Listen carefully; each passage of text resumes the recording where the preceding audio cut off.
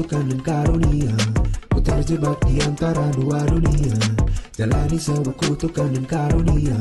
Ku terjebak di antara dua dunia.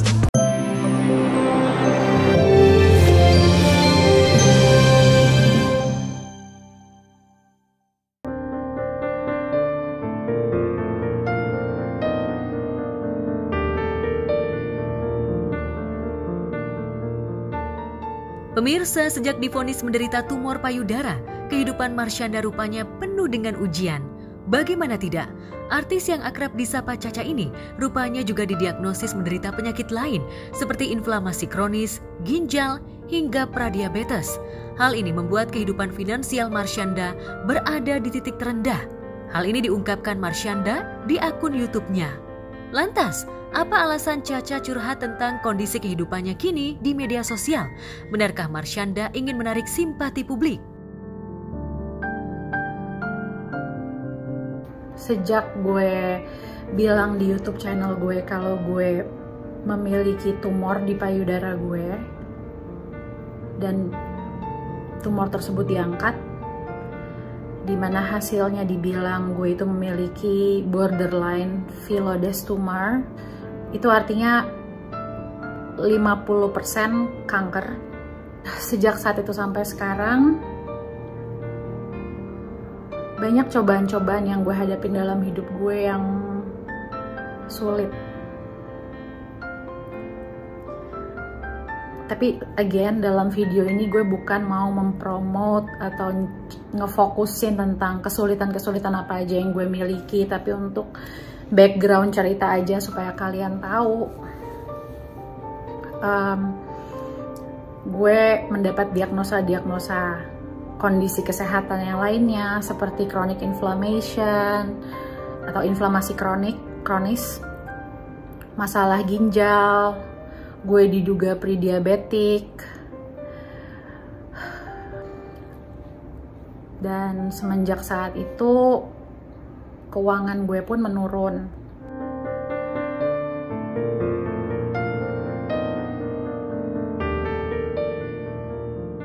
Ya, dengan berlinang air mata, Marsyanda mengungkapkan jika kehidupannya tak lagi seperti dulu. Jika dulu Marsyanda hidup bergelimang harta dengan penuh kemewahan, kini Marsyanda justru tengah mengalami kesulitan finansial yang membuat mantan istri Ben Kasyafani ini rela menurunkan egonya untuk meminjam uang kepada orang-orang terdekat. Lantas benarkah banyak sahabat-sahabat Marsyanda yang iba dengan kehidupan Marsyanda?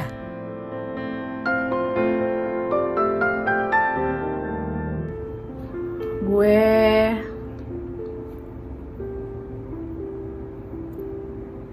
berada dalam posisi yang dimana gue harus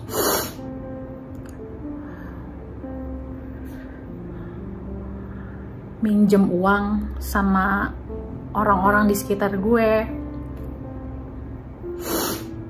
dalam situasi yang secara finansial sangat gak stabil. Yang paling bikin gue tersentuh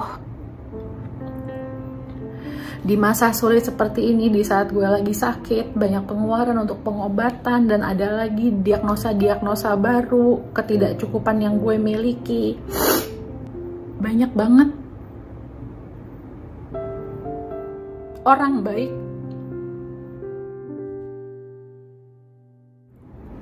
banyak banget orang yang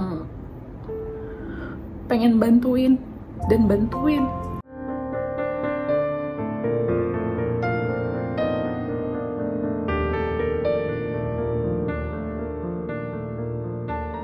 Meski kehidupannya tengah berada di titik terendah, namun Marsyanda tak mau menyerah dengan kehidupannya.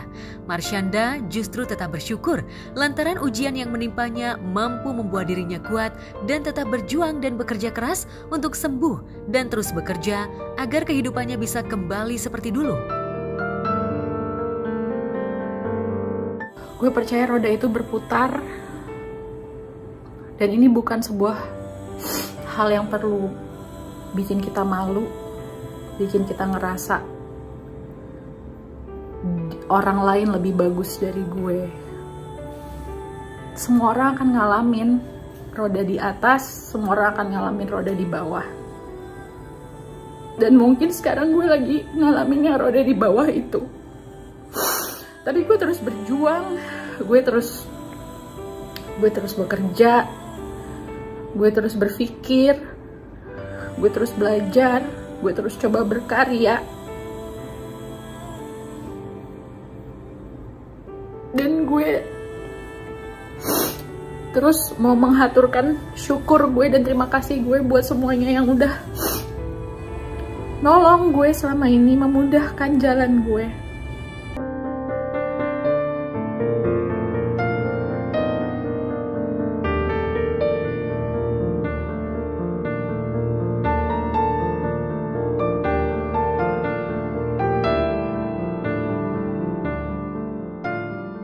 Sejak menderita tumor payudara, Marsyanda yang dulu rajin memposting kegiatannya di media sosial, kini justru seolah enggan memamerkan ujian hidupnya yang kini tengah dialaminya. Marsyanda sadar, kehidupan media sosial hanyalah kamuflase dari kehidupan di dunia nyata. Marsyanda kini lebih memilih fokus untuk kesembuhannya. Itulah semua ini adalah salah satu alasan kenapa gue lebih jarang posting di sosial media, karena gue melihat wow, semua orang di sosial media tuh kelihatan kayak happy, kayak setiap hari dalam hidup mereka lengkap, mereka utuh kelihatannya ya. Gue tahu itu cuman kelihatannya doang, tapi gue nggak ngerasa seperti itu sama sekali. Gue ngerasa lagi penuh dengan kekurangan.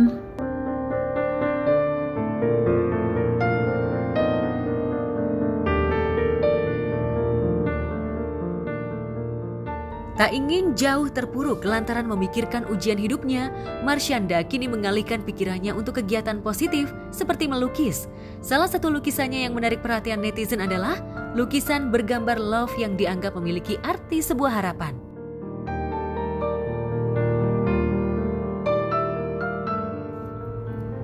Lukisan ini gue gambar di tembok dalam keadaan lagi down banget. Katanya sih ada yang bilang lukisan itu nyimpen banyak banget energi hopeful. Dan gue nggak tahu apa opini gue, karena gue merasa nggak ada hopefulnya sama sekali saat ngelukis itu. Ya mungkin salah satu tujuan gue dikasih masa sulit supaya gue juga bisa bikin post ini buat teman-teman yang juga lagi sulit di luar sana atau pernah sulit dan jadi dapat kekuatan. Karena kita melihat apa yang baik, orang-orang yang baik, bukan semua daftar hal-hal yang buruk.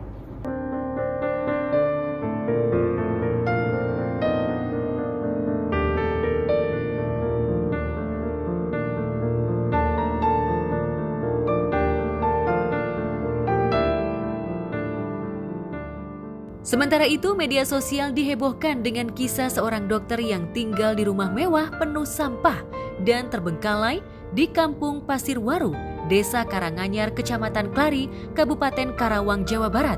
Rumah tersebut rupanya milik seorang dokter bernama Wayan yang tetap membuka praktek meski kondisi rumahnya sudah tak layak sebagai tempat praktek. Tempat prakteknya. Ini tempat prakteknya. Ada timbangan. Di sini tempat prakteknya. Ini meja kerjanya. Astagfirullah. Ini serius, Bli? Serius. Ini obat-obatan segala macam. Ini buku buku catatan. Ini catatan pasiennya ya? Iya. Tulisannya emang dokter banget sih. Iya, tulisan dokter banget ini emang tuh. Kelihatan nggak? Iya ini. Ini masih ada kalender 2017. Mungkin terakhir beliau aware sama kalender tuh di 2017. Masih ada obat-obatan ya? Ini obat-obatannya.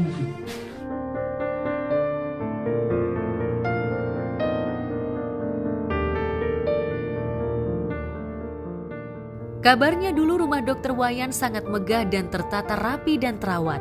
Namun kini rumah itu justru terlihat penuh dengan tumpukan sampah dan terbengkalai.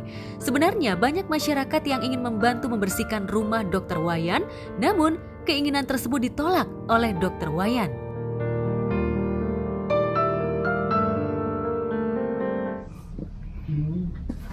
Assalamualaikum. Aduh, ini harus pakai.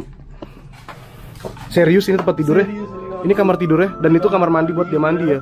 Ini tempat masak mie. Biasanya dia Ya Allah. Ini seriusan loh beli? serius, ini tempat tidurnya. Di sini. Kepalanya di situ, badannya di sini. Ini aku boleh lihat catatannya? Bukan, ini kayaknya dompet ya? kenang-kenangan. Kalau saya rasa sih ini kenang-kenangan dari istrinya. Oh, Maksudnya, oh iya bener. Ini lipstick ini kayaknya. Iya. Ini kayaknya peninggalan istrinya. Dia kenapa begini kalau diceritakan sedikit, kayaknya karena frustasi ditinggal istrinya.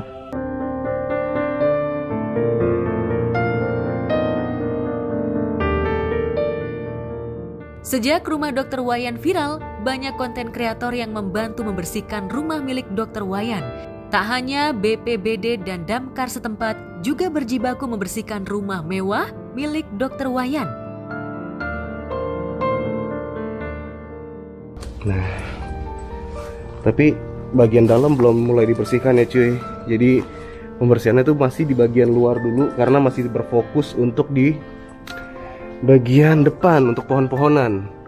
Dalamnya nanti karena kita juga butuh damkar tentunya ya. Karena ini nggak bisa kalau nggak pakai air nih pembersihan ini. Jadi memang harus pakai bantuan damkar.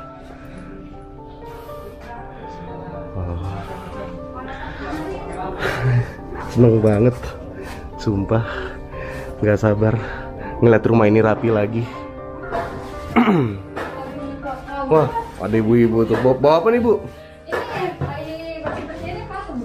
Oh, Sama Karang Taruna. oh sama Karang Taruna nih ya. Mantap.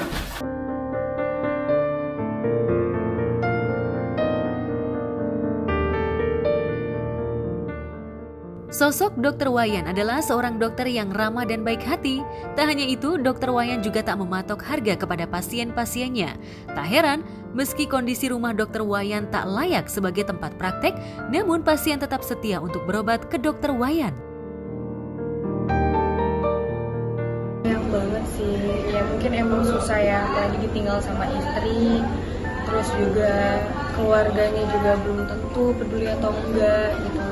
Dia sekarang sendirian dengan kondisi rumah yang berantakan, dengan kondisi rumah yang salah satu udah nggak bisa diterawat lagi. Cuman sangat disayangkan karena dokter ya, Dokter. dokter yang harus banget jaga kesehatan, terus juga jaga kebersihan. Apalagi aku lihat videonya itu rumahnya sangat-sangat berantakan, udah harus banget dibersihin, harus banget diperbaiki, itu udah nggak bisa ditempatin lagi sebenarnya.